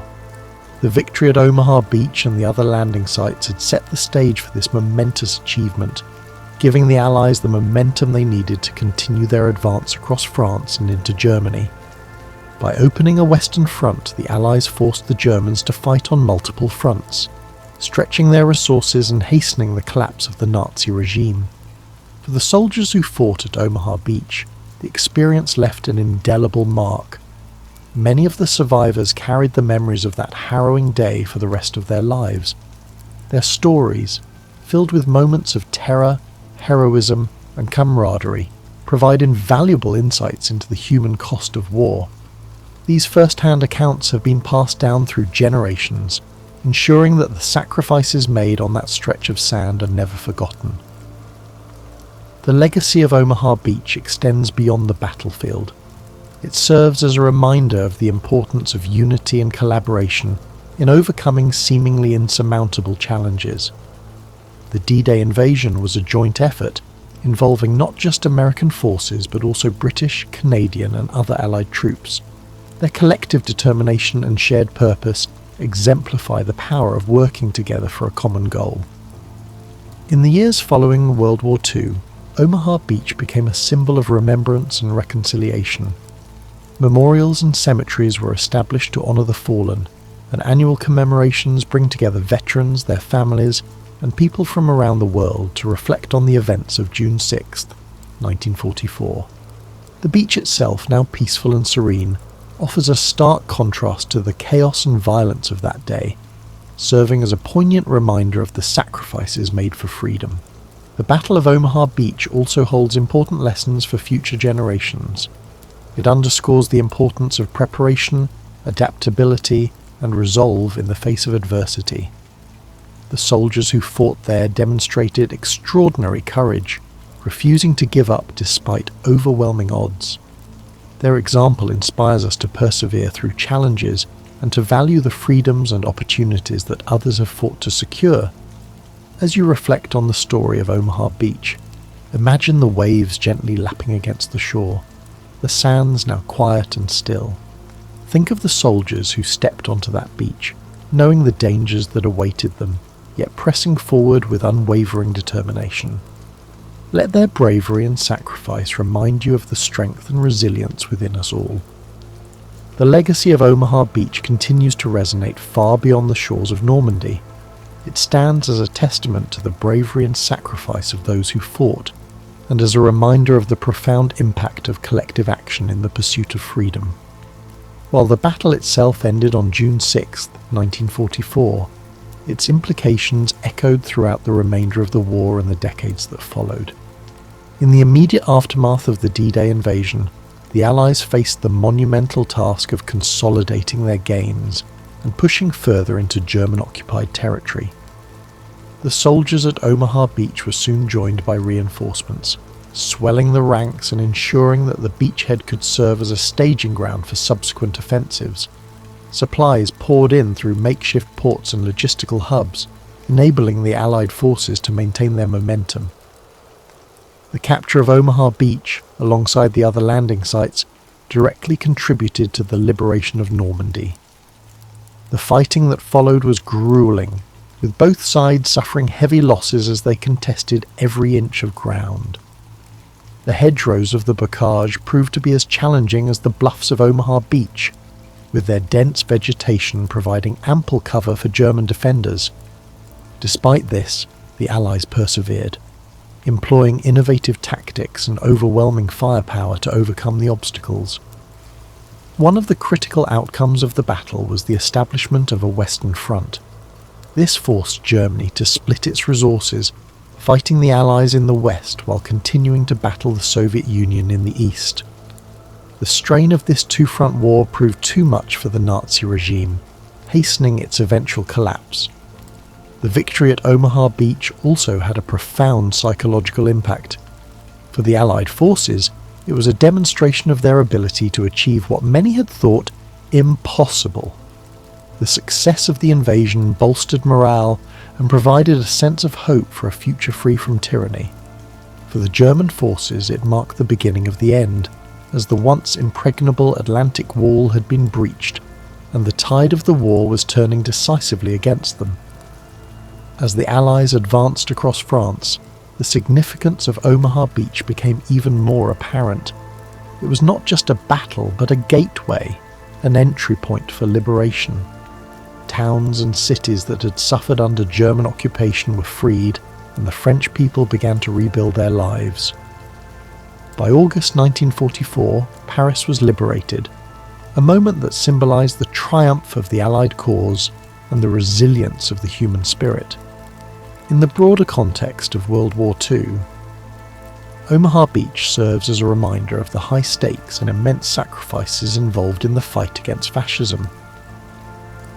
The lessons learned there informed Allied strategy in subsequent campaigns, from the push into Germany to the eventual victory in Europe in May 1945. The story of Omaha Beach has also left an indelible mark on culture and memory. Films, books and documentaries have brought the events of D-Day to life for new generations, ensuring that the bravery and sacrifices of those who fought are never forgotten. Veterans who survived the battle have shared their stories, offering invaluable insights into the human experience of war. For those who visit Normandy today, Omaha Beach is a place of reflection and reverence. The rows of white crosses at the Normandy American Cemetery stand as a poignant reminder of the lives lost. The monuments and museums tell the story of the battle, preserving its legacy for future generations. Walking along the beach, one can still see remnants of the landing, from scattered artifacts to the rusted remains of bunkers and defences. The impact of Omaha Beach extends beyond the battlefield. It reminds us of the power of unity, the importance of standing up against injustice, and the strength that comes from working together toward a common goal. It also serves as a cautionary tale, urging us to remember the cost of war and the value of peace. As we close this chapter of history, take a moment to reflect on the bravery of those who fought at Omaha Beach.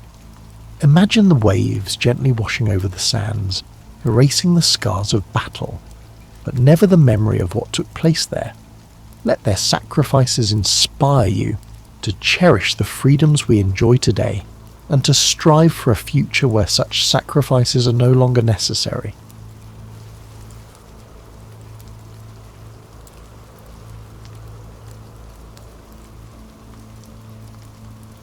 Its roots lie in the escalating tensions between the United States and Japan.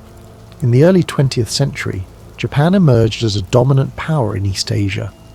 Through rapid industrialization and military expansion, it asserted its influence. By the 1930s, Japan's imperial ambitions clashed with the interests of Western powers. Among these, the United States sought to maintain its influence in the Pacific.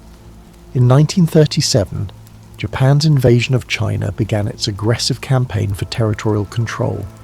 This conflict brought atrocities, including the infamous Nanking Massacre. The international community condemned Japan's actions. In response, the United States imposed economic sanctions. Vital resources like oil and steel were cut off. For Japan, these sanctions were crippling.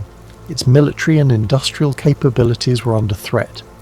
The Japanese government saw the sanctions as an existential crisis, and so they began to prepare for war. On December 7, 1941, Japan launched a surprise attack on Pearl Harbor. This devastating strike crippled the US Pacific Fleet in Hawaii. The goal? Eliminate American naval power in the Pacific. This would give Japan free rein to expand its empire. While the attack dealt a significant blow, it galvanized the United States. Within days, America declared war on Japan. This marked the nation's full entry into World War II. After Pearl Harbor, Japan's military advanced rapidly. Territories like the Philippines, Singapore, and parts of Indonesia fell to their forces. The Japanese seemed unstoppable, dominating the Pacific with unrelenting campaigns. But in May 1942, cracks began to show. The Battle of the Coral Sea became a turning point. This costly engagement marked the first time Japan's expansion was checked. The United States stopped Japan from capturing Port Moresby in New Guinea. This preserved a critical Allied position. Despite this setback, Japan remained confident. Its military leaders, particularly Admiral Isoroku Yamamoto, planned a decisive battle. Yamamoto's strategy was ambitious.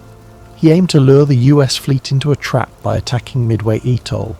Midway was remote but strategically vital. Its proximity to Hawaii made it a key target. If captured, Midway would allow Japan to extend its defensive perimeter. It might even threaten the American mainland. Unbeknownst to the Japanese, the United States had a crucial advantage. American cryptographers, led by Lieutenant Commander Joseph Rochefort, had broken Japan's naval codes. Through intercepted communications, US intelligence uncovered the plan. The attack on Midway, codenamed Operation MI, was no longer a secret. Armed with this knowledge, Admiral Chester W. Nimitz took action. As commander of the US Pacific Fleet, he devised a bold counter-strategy. Rather than falling into Yamamoto's trap, Nimitz planned to ambush the Japanese fleet.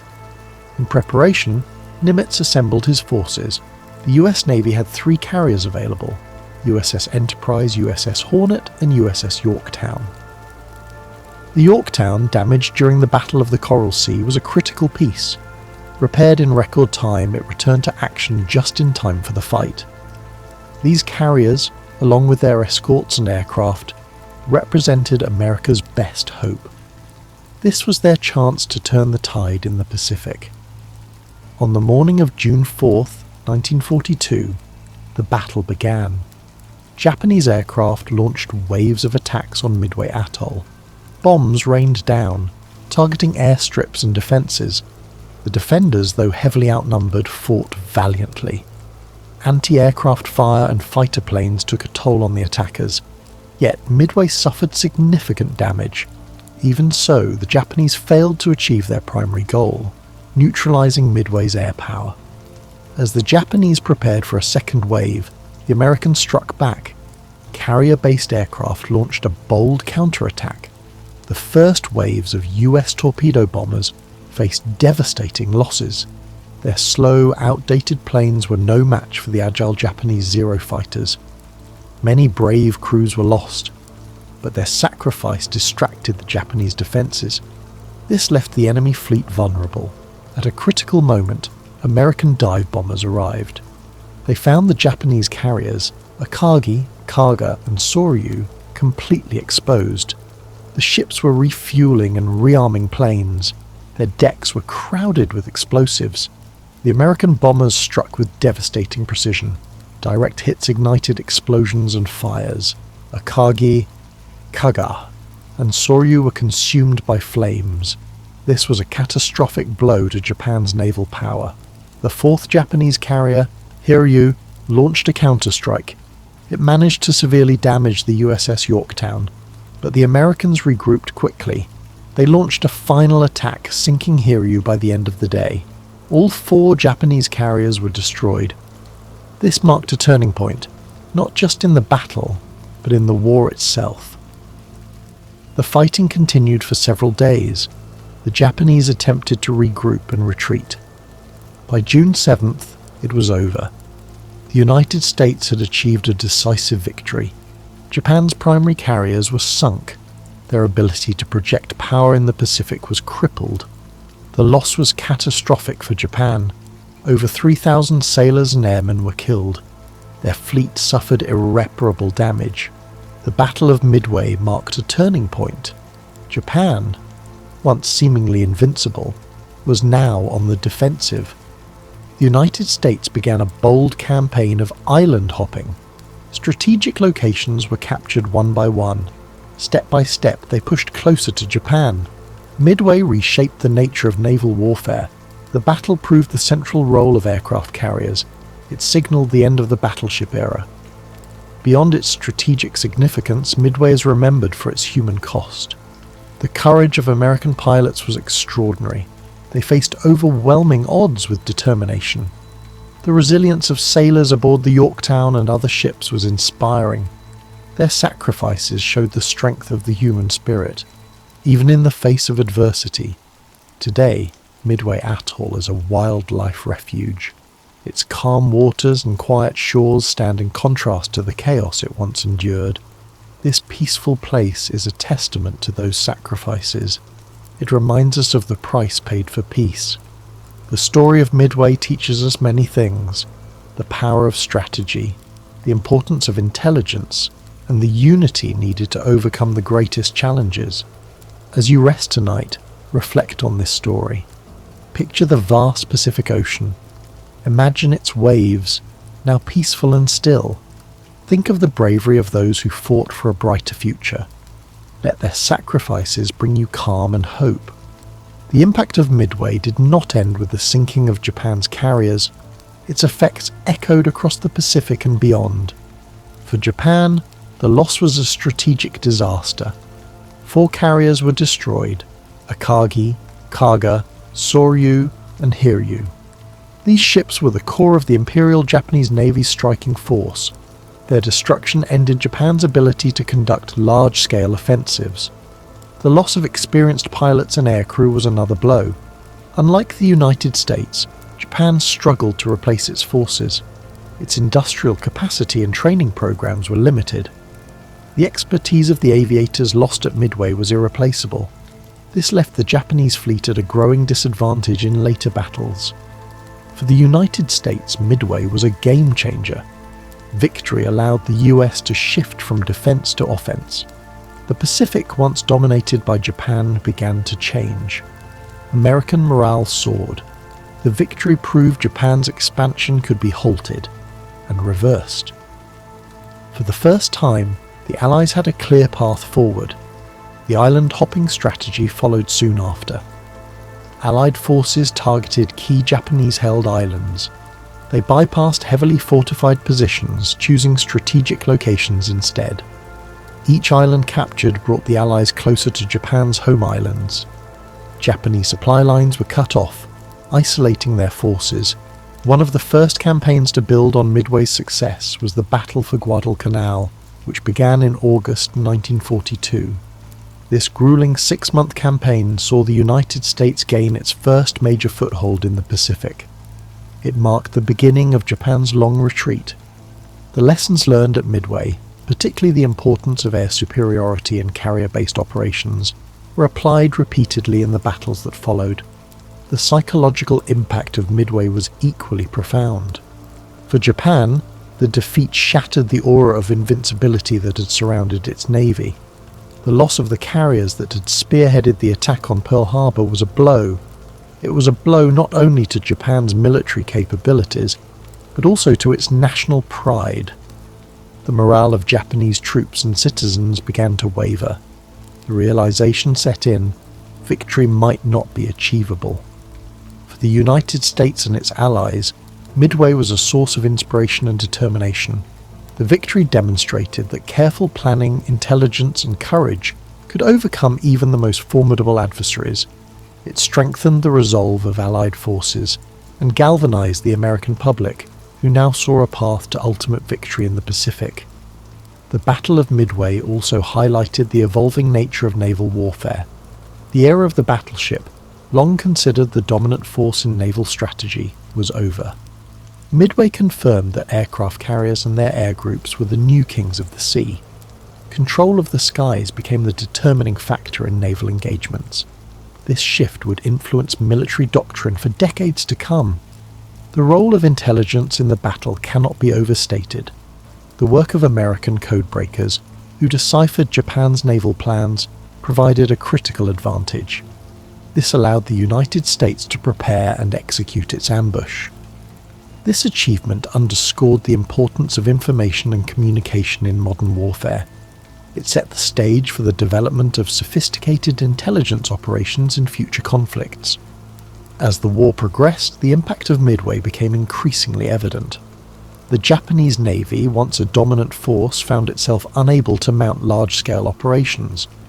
Meanwhile, the United States, with its unmatched industrial capacity, continued to build and deploy new carriers, planes, and ships. By 1944, the balance of power in the Pacific had shifted decisively in favor of the Allies. Today, the story of Midway is remembered not just as a battle. It is a testament to the resilience, ingenuity, and bravery of those who fought there. It serves as a reminder of the sacrifices made by the greatest generation, and the lessons of courage, strategy, and unity that shaped the outcome of the war. The site of the battle, Midway Atoll, is now a place of peace and reflection. Designated as a national wildlife refuge, it is home to a rich diversity of marine and bird life.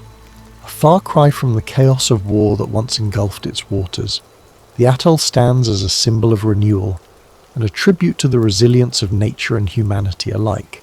As you reflect on the events of the Battle of Midway, imagine the vast, quiet expanse of the Pacific, its waters calm and still under a starry sky. Let the courage and determination of those who fought fill you with a sense of gratitude and inspiration. Their sacrifices remind us of the strength and resilience within each of us and the enduring hope for peace. After the decisive American victory at Midway, the Imperial Japanese Navy found itself in a precarious position. With the loss of 4 carriers, over 300 aircraft, and their experienced crews, Japan's ability to project power across the Pacific was irreparably weakened. The battle also exposed critical flaws in Japan's strategic planning and overconfidence. Despite early successes in the war, the Japanese High Command underestimated the United States' industrial capacity, intelligence capabilities, and the sheer determination of its forces. Midway was a psychological blow to Japan. The once dominant Japanese Navy now faced a growing and increasingly confident American fleet. This loss of momentum had a cascading effect on Japanese strategy. Without the naval supremacy they had relied upon, Japan was forced into a defensive posture, scrambling to protect its remaining territories and resources. Meanwhile, the United States capitalized on its victory to push forward with its island-hopping campaign. This strategy involved bypassing heavily fortified Japanese strongholds in favor of capturing strategically significant islands. Each island seized became a stepping stone toward Japan itself, providing bases for air operations, supply lines, and staging areas for future assaults. One of the first major campaigns following Midway was the Battle for Guadalcanal, which began in August 1942. Guadalcanal was a grueling and protracted campaign, lasting 6 months and testing the endurance of both American and Japanese forces. The lessons learned at Midway played a crucial role in this battle, particularly the importance of air superiority and naval coordination. Guadalcanal marked the first significant offensive by Allied forces in the Pacific and further demonstrated Japan's inability to sustain its initial advances. The importance of logistics and industrial capacity, highlighted by Midway, became even more apparent as the war progressed. The United States, with its vast industrial resources, was able to replace ships, aircraft and personnel at a pace that Japan could not match. For every carrier Japan lost at Midway, the US was building multiple new carriers, along with the planes and crews needed to operate them. This overwhelming production capacity allowed the Allies to maintain pressure on Japan across multiple fronts. The Battle of Midway also influenced the development of naval warfare tactics and technology. The battle demonstrated the importance of aircraft carriers as the centerpiece of naval strategy, relegating battleships to a secondary role. The lessons learned at Midway shaped the way future naval engagements were fought, with an emphasis on air power, intelligence, and mobility. Intelligence gathering, which had played such a pivotal role at Midway, continued to be a critical factor in the Allied war effort. The success of American cryptographers in breaking Japanese codes allowed the US to anticipate and counter Japanese moves throughout the war. This advantage helped secure victories in battles such as the Philippine Sea and Leyte Gulf, further eroding Japan's ability to wage war. As the war drew closer to Japan's home islands, the effects of Midway became even more pronounced. The loss of carriers and pilots at Midway created a gap in Japan's naval and air capabilities that it could never fully close. By the time of the Battle of the Philippine Sea in 1944, often referred to as the Great Marianas Turkey Shoot, Japanese pilots were so inexperienced that American forces decimated them with relative ease. This imbalance in skill and resources can be traced back to the setbacks Japan suffered at Midway. The legacy of Midway extends beyond its military and strategic implications. It became a symbol of resilience, ingenuity, and the importance of unity in the face of adversity. For the United States, the victory at Midway represented a turning point in a war that had begun with the devastating losses at Pearl Harbor. It demonstrated that the American spirit, coupled with innovation and strategy, could overcome even the most formidable challenges. The men who fought at Midway left a lasting impact on history. Their courage and sacrifice are remembered not just in the annals of military history, but also in the hearts of those who understand the profound cost of war. Many of the pilots, sailors and officers who served in the battle went on to play key roles in subsequent campaigns, carrying with them the lessons and experiences of Midway. Today, the site of the battle remains a place of quiet reflection. Midway Atoll, now a national wildlife refuge, is home to diverse marine and bird life, a stark contrast to the chaos that once engulfed its waters. The peaceful serenity of the atoll serves as a poignant reminder of the cost of war and the enduring hope for peace. The story of Midway is one of triumph and tragedy, of strategy and sacrifice. It is a reminder of the resilience of the human spirit and the importance of standing firm in the face of adversity. As we reflect on this pivotal moment in history, let us remember the bravery of those who fought, the lessons they taught us, and the enduring legacy of their actions.